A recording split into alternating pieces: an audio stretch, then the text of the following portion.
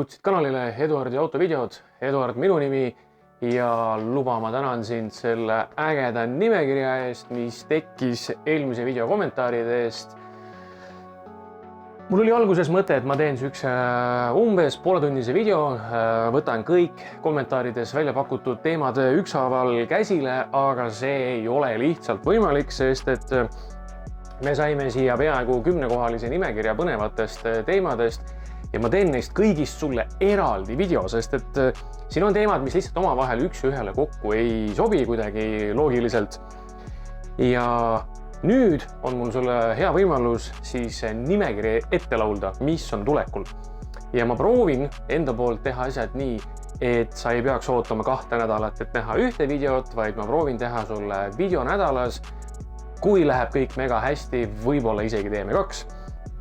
Aga teemad, mis tulevad siis lähiajal sinu ekraanile, sinu enda palvel, on siis järgmised ja need on üsnagi suvalises järjekorras. Mootoriõli, käigukastiõlid, õlitüübid, õlimargid, õlitootjad, õlide kvaliteet, õli, kõik õlidega seotud teema. See on väga-väga keeruline teema, võin sulle kohe ette ära öelda, seal on miljon nüanssi, aga nagu ikka, teen sulle selle asja lihtsaks, teen mingid arusaadavad kokkuvõtted ja saame sellega ühele poole. Teine teema, mis on kindlasti põnev, on alumiiniumist mootoriplokid. Väga hea, et sa seda küsisid, siin on ka väga palju millest rääkida. Chip tuning, jällegi üliäge teema, väga pop teema, oman isiklikku kogemust, reaalselt ise tegelen ka mingil määral selles valdkonnas, nii et võin sulle sellest rääkida küll.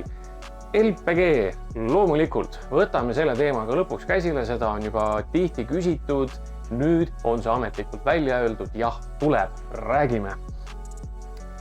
Veel üks äge teema, mis tegelikult peaks tulema isegi natukene varem, kui me räägime LPG-dest ja nendest alumiiniumplokkidest, on üleüldine mootori ehitus, tema tööpõhimõte ja miks siis nii-öelda vanad on head.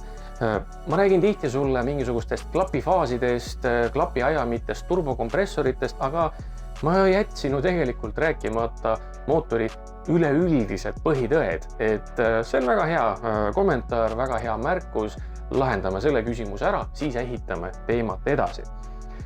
Tarkvara uuendused. Ja täna väga pop teema, neid tagasikutsumisi on tihti, mida neist arvata, kas see on hea teema, kas seal võib midagi ka pahasti minna. No, uurime täpsemalt järgi ja siis on süksed natukene huvitavamad teemad minu jaoks vähemasti ja need on isiklikud. Mul on üsnagi selline tagasihoidlik, alandlik tunne, et sul on huvi teada saada, kes pagan ma selline üleüldse olen, kust ma võtan selle jutu, mida ma räägin ja sellega seoses on üks lahe teema, minu teekond autonduses.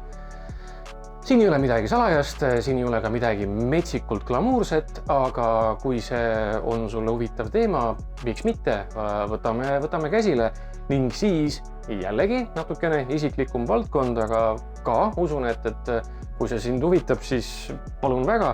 Ja need on minu autod ja minu masinate siis top 5 nii parimatest kui halvimatest. Leiame sinna kindlasti mingisugust ägedat isiklikku kogemust, seiklust, millisega olen tee äärde jäänud, millisega ei ole. Neid on, õnneks neid tee äärde jätteid oli vähem, aga neid siiski on. Ja hakkavad need teemad siis õige pea sinu ekraanile ilmuma. Jällegi teen endast nii palju, kui ma saan, et sa ei peaks seda kõike liiga kaua ootama. Aga taas kord, suur aitäh sulle nende ägedate kommentaaride eest.